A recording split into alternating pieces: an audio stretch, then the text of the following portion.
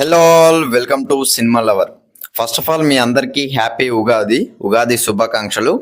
So ఇది మన first video ఈ ఛానల్లో. ఈ రోజు నుండి రెగ్యులర్గా ఈ ఛానల్లో మనం సినిమా గురించి డిస్కస్ చేసుకునే ప్రయత్నాలు చేద్దాం. ఇంకా ఆలస్యం ఎందుకు, ఇంకా ఎవరైనా మన ఛానల్ని కొత్తగా విజిట్ చేస్తున్నట్లయితే వెంటనే సబ్స్క్రైబ్ చేయండి. అలాగే వీడియోని చివరి వరకు చూసి నచ్చితే లైక్ చేయండి, అలాగే షేర్ కూడా చేసే ప్రయత్నం చేయండి. ఇక వీడియోలోకి వెళ్ళిపోతే ఎప్పుడు హీరో టాపిక్స్ అయినా విలన్స్ గురించి కూడా మాట్లాడితేనే కదా కిక్. బేసికల్గా మనకు ఒక హీరో క్యారెక్టర్ ఎక్కింది అని అంటే హీరో రైటింగ్ మీద డిపెండ్ కాదు, అది టోటల్ విలన్ రైటింగ్ మీద డిపెండ్ అవుతూ ఉంటుంది. ఎందుకనంటే విలన్ని నువ్వు ఎంత బాగా రాస్తే అంత బాగా హీరో ఎలివేట్ అవుతాడు కాబట్టి. ఎందుకంటే ఎండ్ ఆఫ్ ది స్టోరీలో హీరోనే కదా విలన్ని కొట్టేది. సో అందుకు దీనికి best example KGF and Baahubali. And ఇది కొన్ని బ్లాక్ బస్టర్ మూవీస్ అయినా కూడా ఈ విలన్ క్యారెక్టర్ అనేది వర్కౌట్ కాలేదు. For example Pushpa part 1 the rise లో బన్వర్ సింగ్ షికావత్ ని అండ్ మంగళం శ్రీనుని ఈ 2 క్యారెక్టర్స్ ని చాలా స్ట్రాంగ్ గా చూపిస్తారు. బట్ పార్ట్ 2లో ఈ క్యారెక్టర్స్ ని కామెడీ చేసేస్తారు. దీనివల్ల మైనస్ ఏంటంటే ఆడియన్స్ కి ఆ క్యారెక్టర్స్ మీద ఉండే ఇంట్రెస్ట్ పోద్ది, కన్సిస్టెన్సీ మిస్ అవుతారు. విలన్స్ ని చంపేసినా పర్వాలేదు, బట్ విలన్ ని మాత్రం కామెడీ లేదా ఇంకా వేరే ట్రాక్ లో వెళ్ళనివ్వద్దు. సో అది విలన్ క్యారెక్టర్. ఇక కొన్ని బ్లాక్ బస్టర్ మూవీస్ కొంతమంది విలన్స్ ఉన్నారు, వాళ్ళ స్టోరీ ఇంకా ముగియలేదు, ఇప్పుడే సీక్వెల్స్ రూపంలో మనం ముందుకు వస్తున్నారు. వాళ్ళెవరో ఈ లిస్ట్ లో చూసుకుందాం. ఫస్ట్ యానిమల్ మూవీలో రణబీర్ కపూర్ అదే రన్ విజయ్ క్లైమాక్స్ లో బాబీ డియోల్ని చంపేస్తాడు. బట్ తన తమ్ముడు అజీజ్ ని అచ్చం రన్ విజయ్ లా తయారు చేస్తూ ఉంటాడు.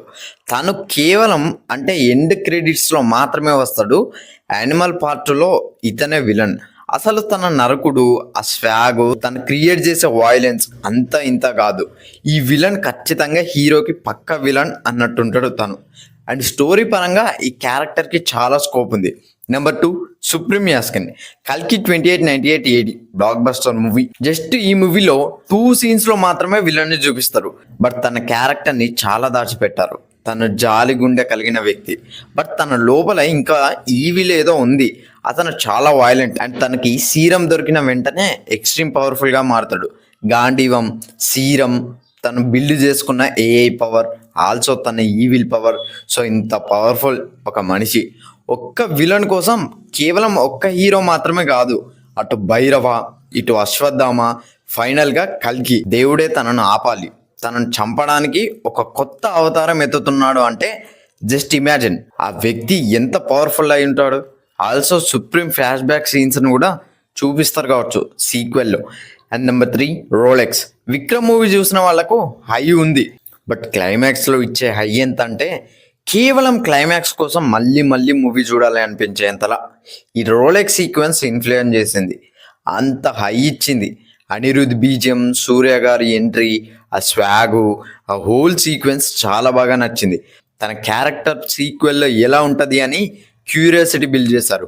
ఆల్సో తను కేవలం సర్ అనే మాట అననందుకు తన సొంత మనిషి తల నరికేంత సైకో క్యారెక్టర్ ఆ రోలెక్స్. తన మెడ మీద గాయాలు, తన ఫ్లాష్ బ్యాక్ ఏమై ఉంటుంది, ఇది మాత్రం మనం విక్రమ్ 2లో చూడాలి. నెంబర్ 4 ఫైనల్ వరదరాజం అన్నారు. ప్రశాంత్ నీల్ గారు దేవా, అదేనండి మన సలార్ క్యారెక్టర్.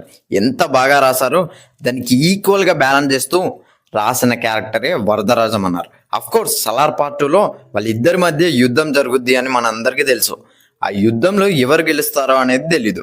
బట్ వరద క్యారెక్టర్ ఆల్మోస్ట్ అన్ని ఎమోషన్స్ ఉంటాయి ఆ క్యారెక్టర్కి.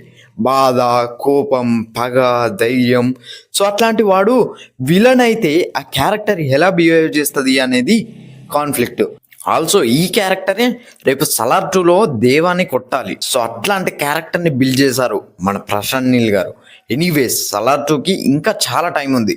సో ఇది ఫ్రెండ్స్ ఓవరాల్గా వీడియో అయితే. ఇవి చాలా స్ట్రాంగ్ విలన్ క్యారెక్టర్స్. ఈ విలన్స్ రేపు సీక్వెల్లో ఏం చేస్తారో చూడాలి. సో ఈ వీడియో కనుక నచ్చినట్లయితే వీడియోని చివరి వరకు చూసిన వాళ్ళందరికీ చాలా థ్యాంక్స్. అండ్ ఐ హోప్ మీరందరూ సబ్స్క్రైబ్ అండ్ లైక్ షేర్ చేస్తారని ఆశిస్తూ జై హింద్. సైనింగ్ ఆఫ్ సినీ లవర్.